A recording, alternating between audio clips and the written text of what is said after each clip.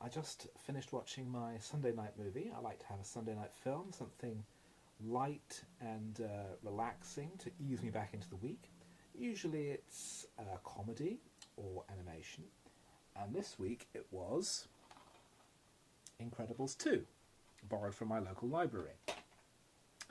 I saw the first Incredibles film when it came out 14 years ago, and I wasn't impressed at the time. I'm not a big superhero comic book person generally. I enjoy the films because they're good films, but I'm not that interested in comics per se. So I really didn't get the idea that it became this huge popular success, that it's really a big like geek film, and I count myself as a geek, you know. It seemed inevitable that there'd be a second film, and it's come out, and I thought, I really don't want to see this, and I skipped it in the cinema because I really couldn't care less. And then it became a giant hit, and it made 600 million in the US, well over a billion worldwide, which I find totally baffling because I really could not find anything about it that was particularly extraordinary or interesting or unusual.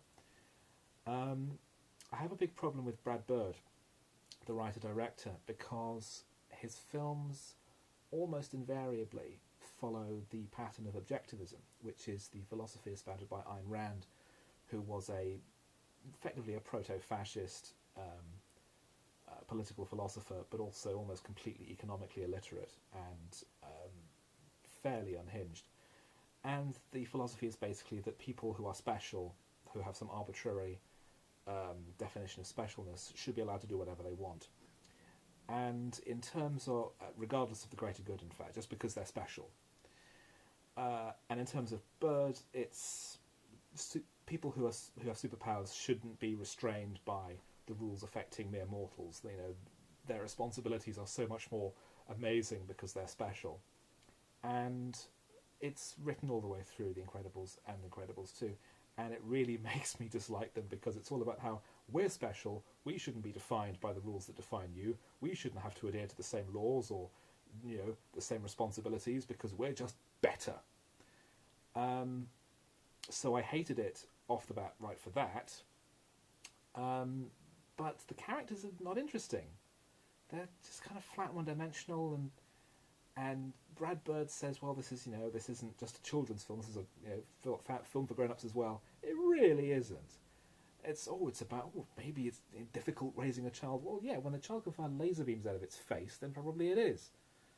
I know that raising children is hard. I know people who've raised children. It's difficult. I don't need a fucking film to tell me that. Reality's filling that gap.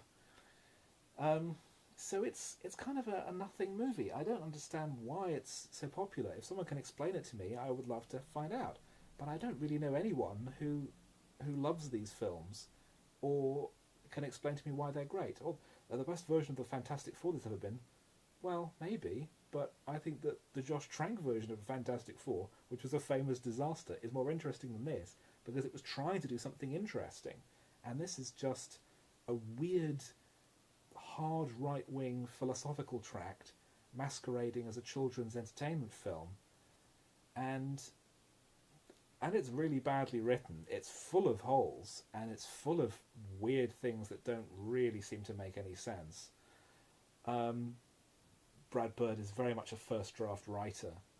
And I noticed the same thing with Tomorrowland, which has a very similar special people should be allowed to do whatever they want philosophy behind it. So, yeah, this is one of the most successful films of last year. And so is crap like Aquaman, like Jurassic World Fallen Kingdom. We need to have better mainstream films because these are all trash.